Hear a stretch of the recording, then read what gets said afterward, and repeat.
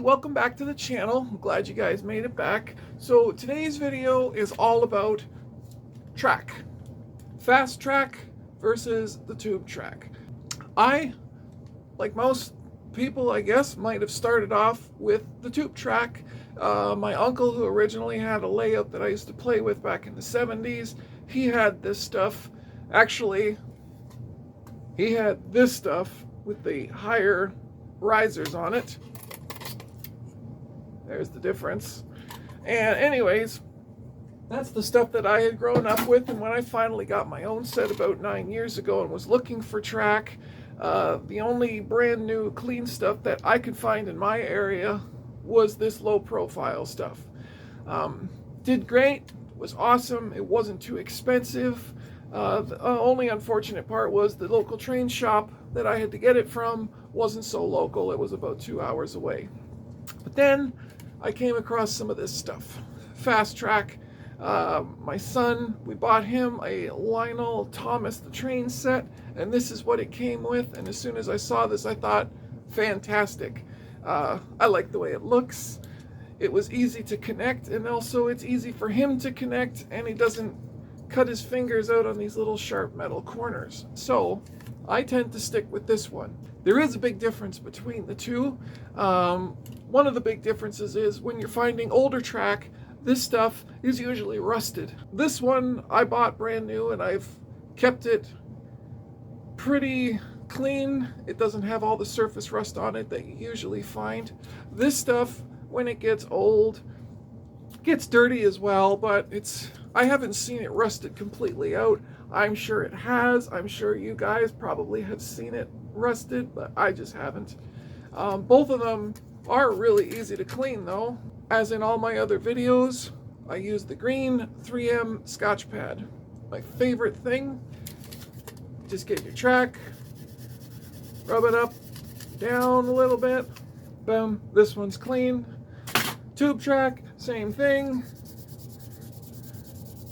Boom, your track is clean. It's all good, super easy to do. When it's a little bit more rusted, I've seen guys on the boards actually take the little ties out and separate the rails and put them in some chemical, bubble the rust off, sand it, grind it down, I don't know, whatever they do. I've seen boxes of that stuff and I'm not gonna go through that. That's way too much effort for me. I'd rather run the trains than clean up and restore old, crusty looking track. Today, the other difference that I want to show is the noise level of them, because there is a difference. This stuff is much quieter than this one.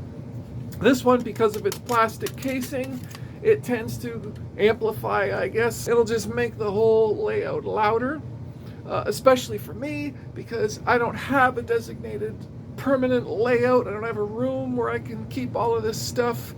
I gotta lay it out on the floor. When this stuff is on laminate floor, it gets really loud, but it really doesn't bother me all that much. So what I think we're going to do is, first I'm going to show you how I store it. Then we're going to put a layout together using both of these tracks, run a train on them, and you guys can hear the difference between the two. So for storing my tube track, I keep it in a box of Mark's trains, just because I do. And that's where it sits in a relatively dry room.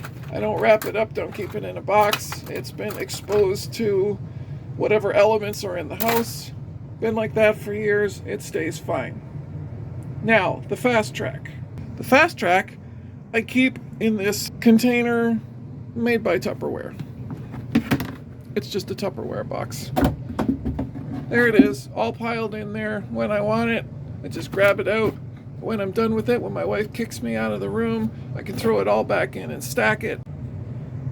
And there it is, all done, ready to put back up on the shelves. I guess before we set up the layout, one of the other things I do want to show you the difference of is how electricity is hooked up to these two. Some of the pieces will have this little adapter that a little thing will plug into there, and you plug it into the wall, and then you'll have your remote control. I think like your rail chiefs and whatever, they've all got that stuff. I'm a Postwar guy, so the only one that I have with a remote control is my son's Thomas set, and that's where this one came from. Second one is this. Okay, it's got a long lead on it. It's got the two U-clips. I guess I should be looking into the camera. It's got the two U-clips at the end there. You hook these onto the back of your transformers. Works with the post-war stuff. Probably works with pre-war if pre-war fits on these. I'm not sure. I don't have pre-war. But again, put it in the comments if it does. Tube track has these little CTC, I think they're called, connectors. CTC lock-on. There we go. Like that. And the way they go is you hook it around the outside rail, and then the clip comes around the middle rail, and there it is on. You got these little holders for your wire where you'll stick it in, and it'll hold them in place. Okay? This is an older style CTC lock-on. There's supposed to be a light bulb there. It's kind of cool looking when it's hooked up and it's got a light in it. Same thing. You got your track. You hook this over the edge like that. Clip it on. Put your wires in. Twist down the little twisties to hold the wire in place, and away you go. If you get new track and you get an old CTC, I'm sorry, still fits, still works, still does the same thing. You're good to go.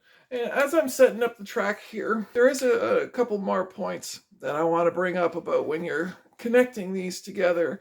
Some problems you might run into. With the tube track, one of the common problems is missing pins. Okay, these will fall out after time as they get older.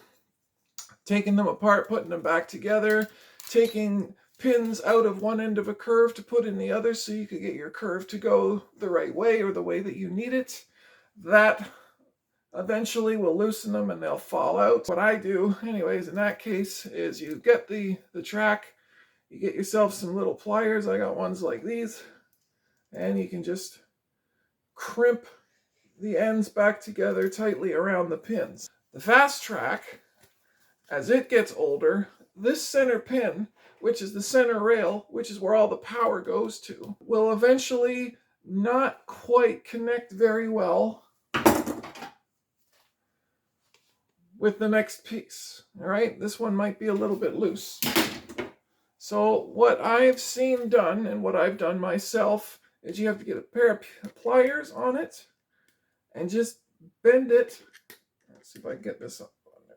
Bend it towards the other little thing sticking out. Prong, tongue, tooth, whatever. Bend it this way.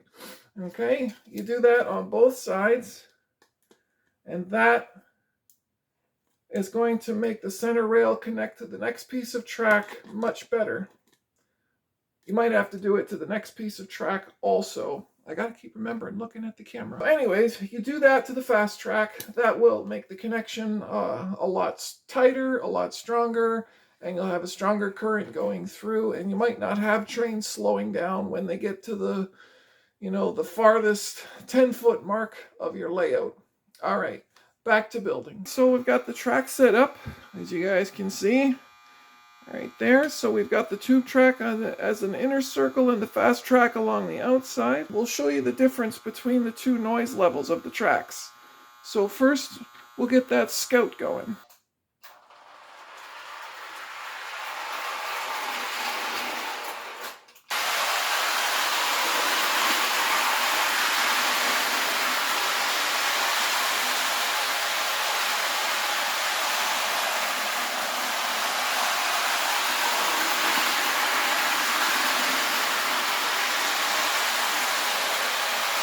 So now we'll get the inner tube track going with my MPC era Santa Fe Alco.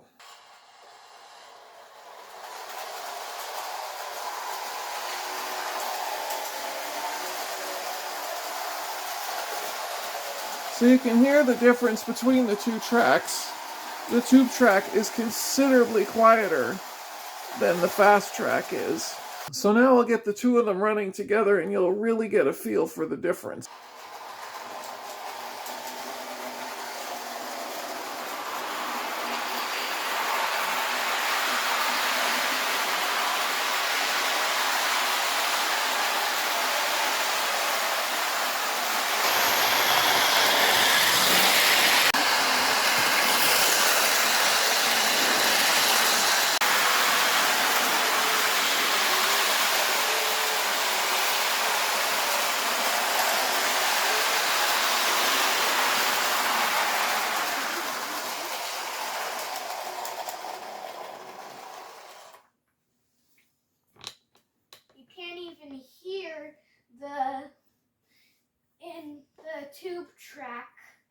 with the FastTrack. And that's exactly what I was talking about, buddy. There's a huge difference between the noise level of the tube track and the FastTrack. That's our little video showing the difference between the two tracks. Hope you found it informative, helpful.